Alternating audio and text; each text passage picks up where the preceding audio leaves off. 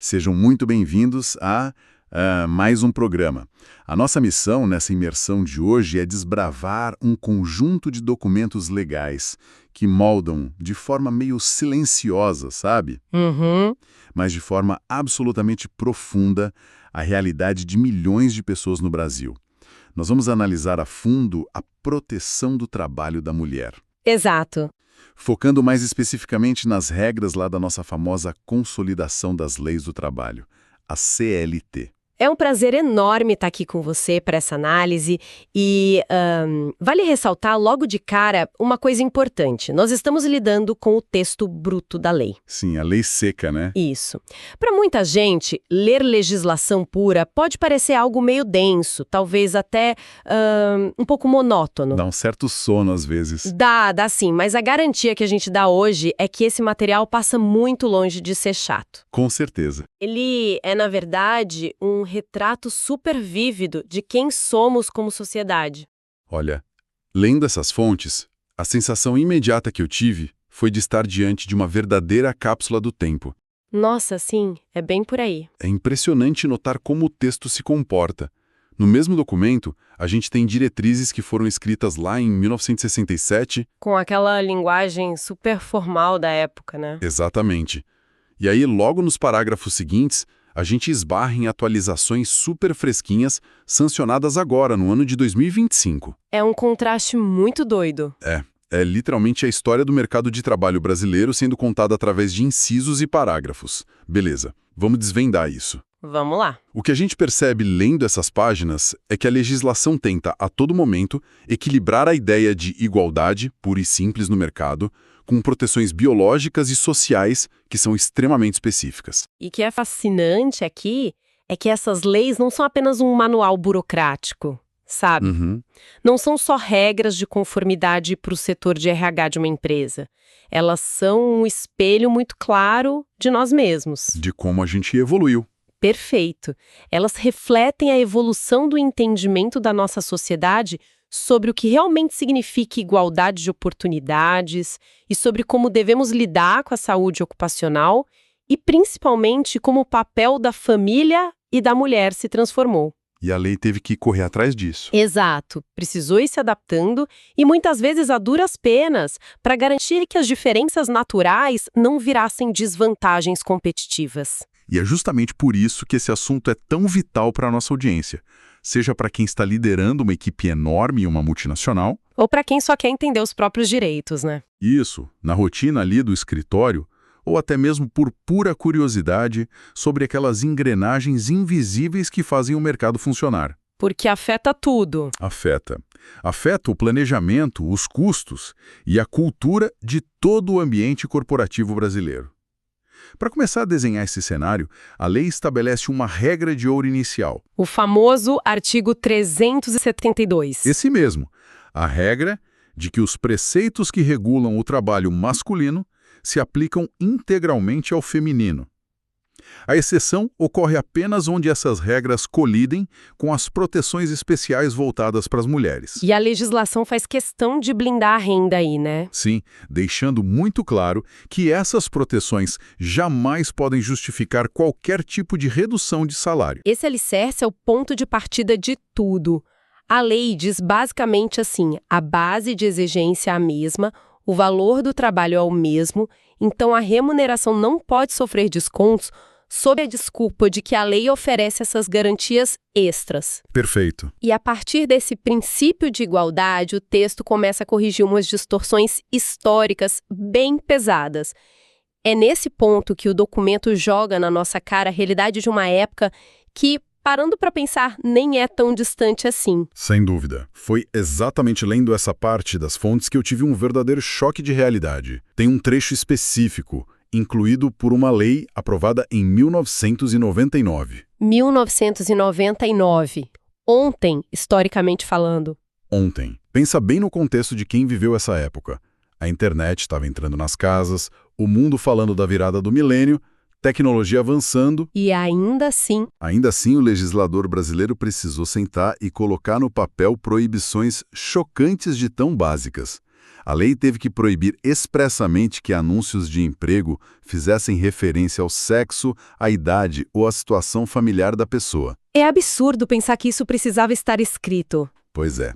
E teve que proibir que empresas recusassem promoções, alegando que a funcionária estava grávida.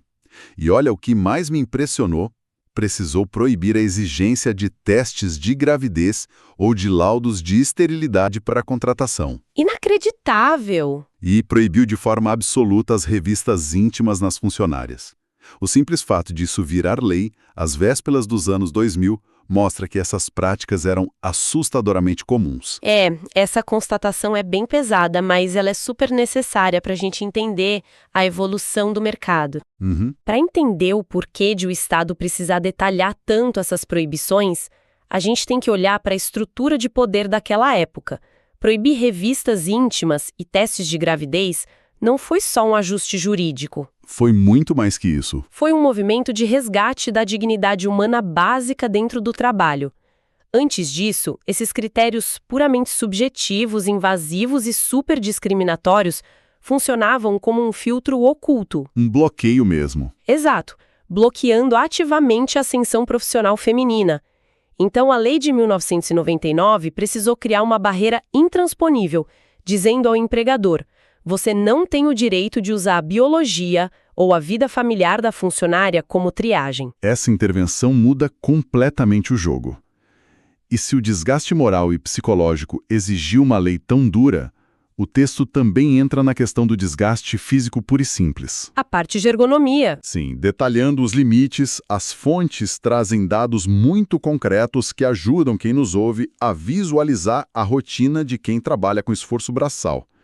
A lei estabelece um teto super específico. A mulher não pode ser empregada em serviços que demandem força muscular superior a 20 quilos para trabalho contínuo ou 25 quilos para trabalho ocasional. É bastante coisa se você pensar bem. É como passar o dia inteiro levantando aqueles galões de água enormes repetidas vezes. Bem ilustrativo. E a única exceção que a lei permite para passar desse peso é se a remoção do material for feita com a ajuda de equipamentos, tipo empurrar vagonetes sobre trilhos ou usar aparelhos mecânicos. E só para quem não está tão familiarizado com esse jargão de indústria, vagonetes são basicamente aqueles carrinhos de carga pesada, de metal, que correm sobre trilhos dentro de fábricas e minas. Ah, legal explicar isso. Porque quando a carga está sobre rodas e trilhos, a física faz o trabalho pesado, né? Reduz muito o impacto no corpo. E essa preocupação com a ergonomia vai muito além de uma simples regra de fábrica. Vira saúde pública. Exato, é um pilar de saúde pública. Ao colocar esses limites rígidos e exigir, por exemplo, que as empresas forneçam assentos para evitar o esgotamento físico, a lei reconhece que o desgaste repetitivo destrói o corpo a longo prazo. Prevenção, né? Prevenção total. A intenção primária é preservar a integridade física durante toda a vida útil da trabalhadora, evitando que ela chegue aos 40 ou 50 anos com lesões irreversíveis na coluna. Nossa, sim. E se o desgaste físico já era uma preocupação ali no levantamento de peso, a legislação também teve que entrar na matemática de como o nosso corpo lida com a privação de sono. Ah, essa parte é incrível. Isso nos leva às regras sobre jornadas, descansos e o trabalho noturno. Para quem faz o turno da noite, a regra geral é que tem que pagar pelo menos 20% a mais do que o diurno. O adicional noturno. Isso. Mas lendo as entrelinhas das fontes, a gente descobre uma peculiaridade cirúrgica sobre como o tempo é contado de madrugada. A tal da hora noturna não tem os 60 minutos normais. Sim, é muito específico. Para o cálculo do salário e da jornada, ela dura exatos 52 minutos e 30 segundos. Conta um pouco como isso funciona na prática para quem está batendo ponto. Então, essa redução meio mágica do relógio é, na verdade, um mecanismo muito inteligente de compensação física e financeira. Imagina uma trabalhadora que inicia o turno às 10 da noite.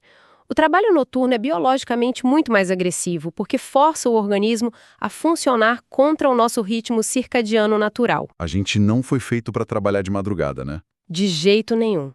Então, ao encurtar a hora legal para 52 minutos e 30 segundos, a matemática joga a favor de quem trabalha. Na prática, 7 horas de trabalho real no relógio ali da parede equivalem a 8 horas de trabalho legalmente contabilizadas. Genial.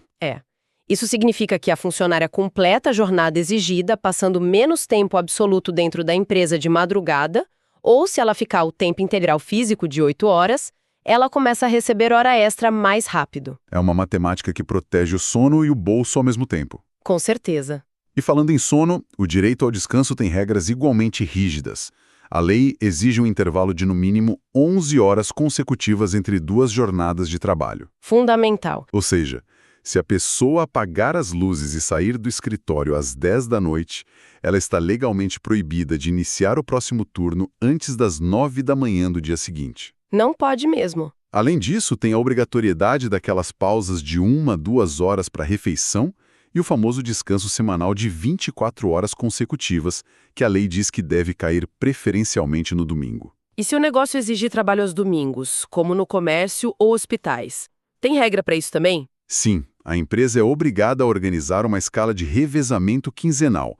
O objetivo é que a folga prolongada de domingo não vire um privilégio inalcançável. E toda essa engenharia de horários, essas pausas, elas têm um propósito clínico muito claro, que é prevenir o esgotamento sistêmico. Não é frescura. Longe disso.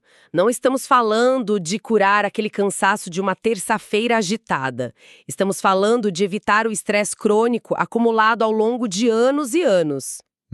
Essas 11 horas obrigatórias entre os turnos e a pausa dominical são o tempo fisiológico mínimo para o cérebro processar o descanso e o corpo reparar os tecidos. Sem essas cercas legais, a pressão natural do mercado por metas facilmente empurraria as pessoas para rotinas insustentáveis. Gerando uma verdadeira epidemia de afastamentos médicos. Exato. Bom, e aqui a coisa fica realmente interessante. Depois de passarmos por essa questão física e pela matemática do tempo, chegamos ao que eu considero o coração pulsante dessa legislação. A proteção à maternidade. Exato. O texto é super taxativo logo no início. O fato de uma mulher ter se casado ou estar grávida jamais, sob nenhuma hipótese, constitui motivo justo para demissão. Uma regra de ouro. Nenhuma empresa pode colocar em regulamento interno ou contrato cláusulas que restringam o emprego com base na decisão de formar uma família. Essa garantia de estabilidade é o escudo primário, né? É a base de tudo. Ela assegura que a renda e o emprego vão estar protegidos exatamente no momento de maior vulnerabilidade e transformação na vida de uma família. E essa estabilidade legal começa no instante em que a gravidez é confirmada e vai até meses após o parto. E esse escudo se materializa na prática através da licença maternidade. A gente sabe que a licença é o grande pilar desse amparo, mas lendo as fontes, notei que a proteção e o afastamento começam bem antes do nascimento real. Sim, muita gente esquece desse detalhe. O texto garante 120 dias de licença, sem nenhum prejuízo do emprego ou do salário. E um detalhe crucial é que a mulher tem o direito legal de iniciar essa licença até 28 dias antes da data prevista do parto. Não precisa esperar a bolsa estourar no escritório. Graças a Deus, né? Além disso, a lei obriga a empresa a liberar a funcionária sem descontos para realizar no mínimo 6 consultas médicas ou exames durante a gestação. Esse direito ao pré-natal é fundamental, porque ele transfere a prioridade da produtividade ali da empresa direto para a saúde materno-infantil. Permite o acompanhamento rigoroso do bebê e evita várias complicações médicas. Mas olha, onde a legislação mostra a sua maior capacidade de adaptação, provando que é um organismo vivo mesmo, é nas atualizações mais recentes. Exato. Esse foi, de longe, o grande aha moment da leitura desses documentos para mim. A lei não ficou parada no tempo. Textos novíssimos, sancionados e incorporados agora no ano de 2025, trouxeram extensões que literalmente mudam a dinâmica de famílias em momentos de crise. Mudanças maravilhosas, diga-se de passagem. Sim.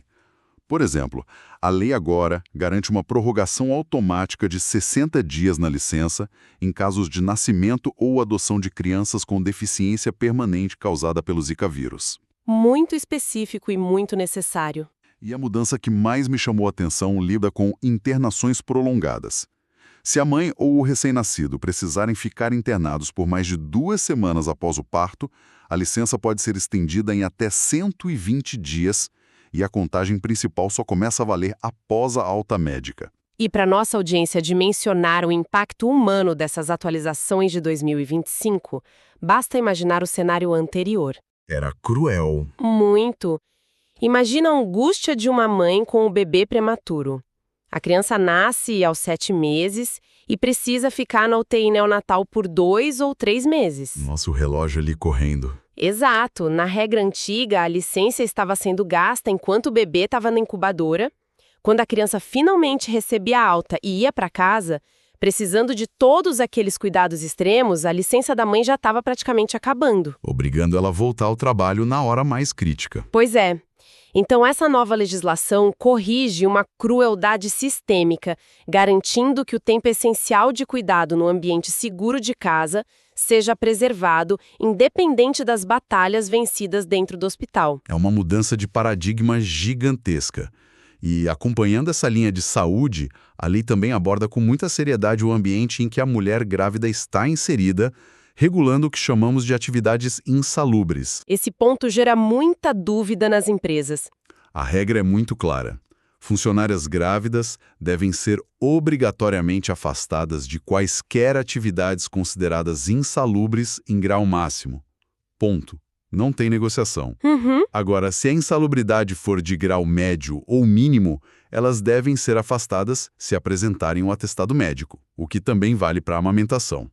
Como a gente pode traduzir esses graus de insalubridade para quem não vive o chão de fábrica? De forma simples, a insalubridade mede o nível de risco que o ambiente oferece.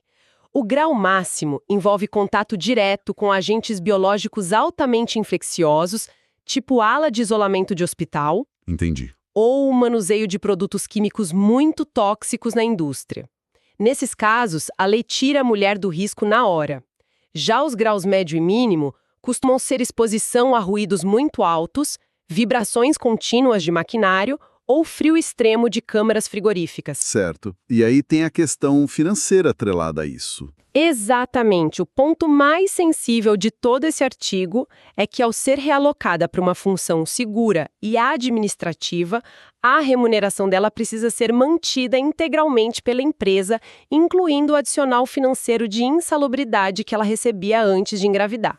Isso levanta uma dúvida muito prática que a própria lei se adianta em responder. Imagina um frigorífico de pequeno porte, onde praticamente toda operação tem algum risco. O que acontece se a empresa simplesmente não tiver um escritório seguro para colocar essa funcionária? A legislação criou uma válvula de escape perfeita para proteger a vida nesse caso. Se não houver a menor possibilidade de realocação, a situação jurídica dela muda. A gravidez passa a ser considerada gravidez de risco aos olhos da lei. Ah, entendi. Com isso, a funcionária é afastada das atividades e passa a receber o salário maternidade pago direto pelo INSS durante todo o período necessário. Isso impede que a empresa force a mulher a continuar no perego e impede que ela fique sem salário. Uma rede de segurança impecável. E uma rede que também se estende para abraçar as novas configurações familiares. A lei garante que quem adotar ou obtiver a guarda judicial tem direito aos mesmos 120 dias de licença. O vínculo independente da biologia, né? Exato. Mas há um trecho de proteção que é profundamente tocante nas fontes. Em caso de falecimento da mãe genitora, o texto assegura ao cônjuge ou companheiro o direito de usufruir de todo o período restante da licença. Nossa, esse artigo é muito forte. Ele consolida a ideia de que a licença não é só para a recuperação física da mulher, mas um direito fundamental da criança ao cuidado primário. Perfeito. A lei entende que, diante de uma fatalidade imensa dessas, o bebê não pode ficar desamparado. O direito ao tempo e à renda passa imediatamente para o parceiro ou parceira, garantindo que a família em luto tem o mínimo de tempo para se reestruturar sem a pressão de bater ponto na empresa. Avançando no tempo da nossa jornada, a lei também regula o retorno ao trabalho. O texto diz que, até a criança completar 6 meses, a mulher tem direito a 2 descansos especiais de meia hora cada um durante a jornada. exclusivos para a amamentação. Que podem até ser dilatados pelas autoridades, dependendo da saúde da criança. Exato. Mas para que essas pausas não sejam só utopia no papel, a legislação impõe uma exigência pesada para as empresas médias e grandes, a tal da regra das 30 mulheres. Essa regra muda toda a arquitetura de algumas empresas. Muda mesmo. A lei estipula que estabelecimentos com pelo menos 30 mulheres acima de 16 anos são obrigados a manter um local apropriado para guarda, sob vigilância dos filhos durante a amamentação. Um berçário próprio ou então firmar convênios com creches externas, né? O espírito é evitar que a mulher escolha entre o sustento e o aleitamento. Exatamente. E, bom, para garantir tudo isso, o documento traz uma seção de punições. Mas é aqui que a gente dá de cara com a idade de alguns parágrafos, gerando até um certo alívio cômico na leitura. Ah, eu já sei do que você vai falar. As multas. As multas. O texto diz que a infração de qualquer um desses dispositivos rende à empresa uma multa que varia de 100 a 1.000 cruzeiros. Cruzeiros. Essa menção final é a verdadeira cápsula do tempo em ação. A gente passou a última parte do programa discutindo inovações legislativas de 2025 sobre Zika vírus e UTIs neonatais. E aí vira a página e toma uma multa em cruzeiros. Pois é, uma moeda que sumiu do bolso dos brasileiros há décadas. Isso ilustra muito bem como o nosso sistema legal é meio fragmentado. A lei avança a passos largos nos direitos sociais, mas algumas engrenagens punitivas ficam lá no passado. Exigindo que o governo crie normativas secundárias só para converter os valores e a multa fazer algum cócegas hoje em dia, né? Exato. Então, o que tudo isso significa? Fazendo uma síntese panorâmica de tudo que a gente desbravou hoje, o capítulo 3 da nossa CLT é um documento de contrastes profundos. Muito. Ao mesmo tempo em que preserva termos financeiros antigos, ele abraçou avanços humanitários cruciais. Foi sendo costurado ao longo do tempo. Ele garante desde uma cadeira no chão de fábrica até um amparo moderno a famílias de prematuros e adotantes. É uma teia gigante de proteção. E se conectarmos isso com o cenário geral, o que a gente enxerga no Brasil é uma tentativa de estabelecer uma definição muito madura de justiça social. A verdadeira equidade nunca significou tratar todo mundo de forma idêntica na matemática, ignorando o desgaste biológico. A famosa igualdade formal versus material. Isso. A verdadeira equidade só é atingida quando o Estado intervém e cria essas estruturas legais robustas, forçando adaptações e garantindo a estabilidade. O objetivo final é impedir que as diferenças biológicas inegáveis sejam instrumentalizadas pelo mercado corporativo como barreiras para a mulher. É um arcabouço de proteção que impressiona demais pelo detalhe, dita a regra do ar que se respira no laboratório, do peso que se levanta e garante o salário integral no fim do mês. Demonstra todo o poder do Estado sobre as relações de trabalho. Mas sabe, analisando todo esse conjunto, isso levanta uma questão importante para a nossa reflexão final. Manda. A lei desenhou de forma muito clara as regras do jogo. Ela obriga as empresas a arcarem com licenças longas, exige adaptações para creches, limites físicos e bane a discriminação nos anúncios.